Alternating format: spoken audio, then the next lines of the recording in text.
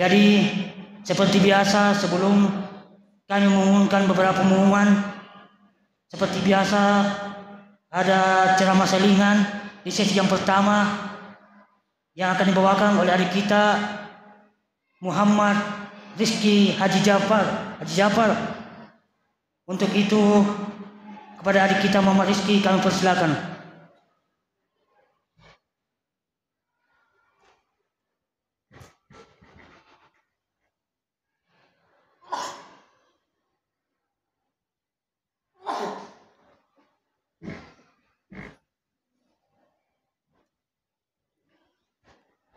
Bismillahirrahmanirrahim. Assalamualaikum warahmatullahi wabarakatuh.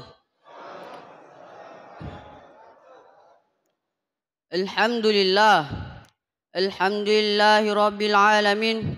Wassalatu wassalamu ala asrafil anbiya'i wal mursalin Sayyidina Muhammadin wa ala alihi wa ashabihi ajma'in. Amma ba'd. Alhamdulillah, mari kita panjatkan puja dan puji syukur kita atas kehadirat Allah Subhanahu wa taala. Atas karunia-Nya kita masih diberikan kesempatan untuk hadir di tempat yang penuh mubarakah ini. Begitu pula salawat serta salam tak lupa kita curahkan kepada Nabiullah Muhammad sallallahu alaihi wasallam. Karena jalan Nabi yang membawa umat manusia dari alam kegelapan menuju alam yang terang menderang. Dengan kata lain, minaz zulumati ilan nur au ila siratim mustaqim. Pada kesempatan kali ini, izinkanlah saya membawakan sebuah ceramah yang berjudul Untuk Kemanisan Beribadah. Hadirin jamaah tarwih yang sama-sama dirahmati dan dimuliakan oleh Allah Subhanahu wa taala. Seringkali kita sholat 5 waktu per hari, tapi kita tidak merasakan khusyuk di dalamnya. Seringkali kita berpuasa di siang hari, tapi kita tidak tulus menjalaninya. Dan apapun ibadah yang kita jalani, seringkali kita tidak merasakan manisnya beribadah kepada Allah Subhanahu wa taala. Muncul pertanyaan, kenapa hal itu bisa terjadi? Di dalam kitab Minhajul Abidina yang ditulis oleh Imam Al-Ghazali mengatakan bahwa semua itu akibat buruknya berbuat dosa dan meninggalkan tobat. Saya ulangi, semua itu akibat buruknya berbuat dosa dan meninggalkan tobat. Karena dosa dapat menodai, mengotori, bahkan merusak beribadah kepada Allah Subhanahu wa taala seperti gelas yang kotor. Kita perhatikan, apabila gelas yang bersih diisi dengan air susu, maka kotorannya akan merusak yang lainnya. Ini mengisyaratkan kepada kita bahwa kita tidak hanya fokus beribadah kepada Allah Subhanahu wa taala, namun jangan lupa kita membersihkan diri dengan memohon ampun kepadanya. Hadirin wal hadirat rahimakumullah. Di dalam kitab Riyadhus Shalihin karangan Imam Nawawi terdapat sabda Rasulullah sallallahu alaihi wasallam. Ya ayyuhan nasu tubu ilallahi wastaghfiru fa inni atubu fi yaumin mi'atan marratin. Hai sekalian manusia, bertobatlah engkau kepada Allah dan beristighfarlah engkau kepadanya. Karena Nabi Muhammad sallallahu alaihi wasallam senantiasa beristighfar kepada Allah Subhanahu wa taala siang dan malam tidak kurang dari 100 kali. Nabi Muhammad yang ibadahnya tidak diragukan lagi, yang tak mungkin pelaku maksiat, bahkan dijamin masuk surga. Namun Nabi Muhammad sallallahu alaihi wasallam masih memohon ampun kepada Allah Subhanahu wa taala. Apalagi kita manusia biasa yang masih dilumuri dosa belum tentu masuk surga. Bagaimana kita mau merasakan manisnya beribadah kepada Allah Subhanahu wa taala sedangkan kita masih enggan mengakui kesalahan dan bertobat kepadanya? Allah Subhanahu wa taala senantiasa menanti seorang hamba untuk bertobat. Allah tidak peduli dosa kita sebesar gunung. Allah tidak peduli dosa kita sedalam lautan. Allah tidak peduli dosa kita setinggi langit. Allah tidak peduli berapa banyak dosa kita.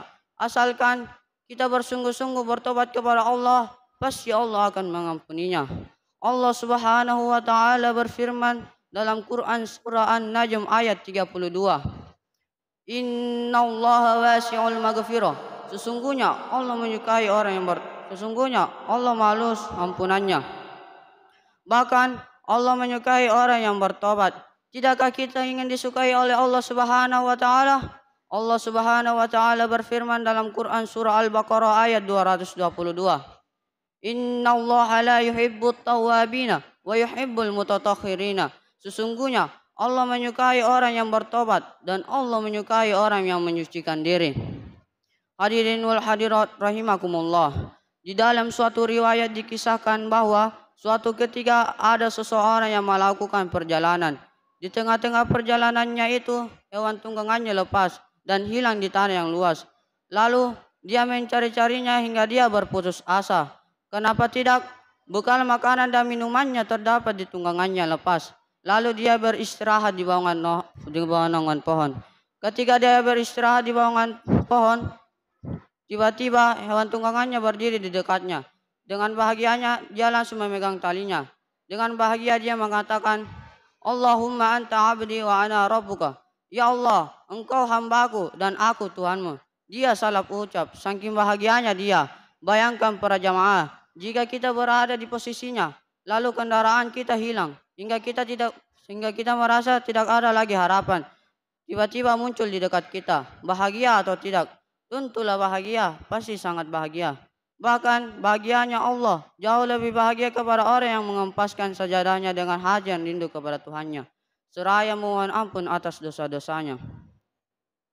Itulah kasih sayang Allah menanti seorang hamba untuk bertobat kepadanya, agar kita merasakan manisnya beribadah kepada Allah Subhanahu wa taala.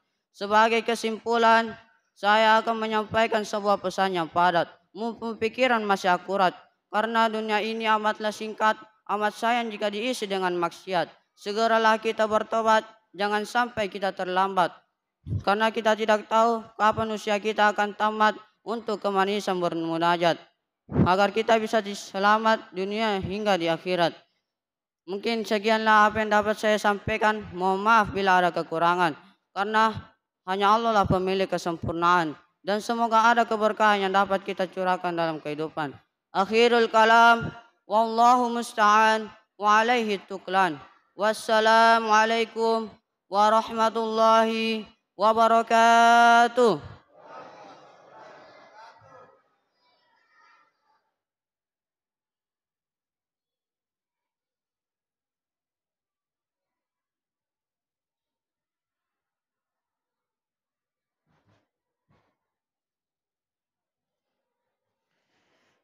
Demikianlah tadi ceramah singkat yang dibawakan oleh adik kita Muhammad Rizki Haji Jafar tentang masalah taubatan nasuha atau taubat yang sebetul-betulnya.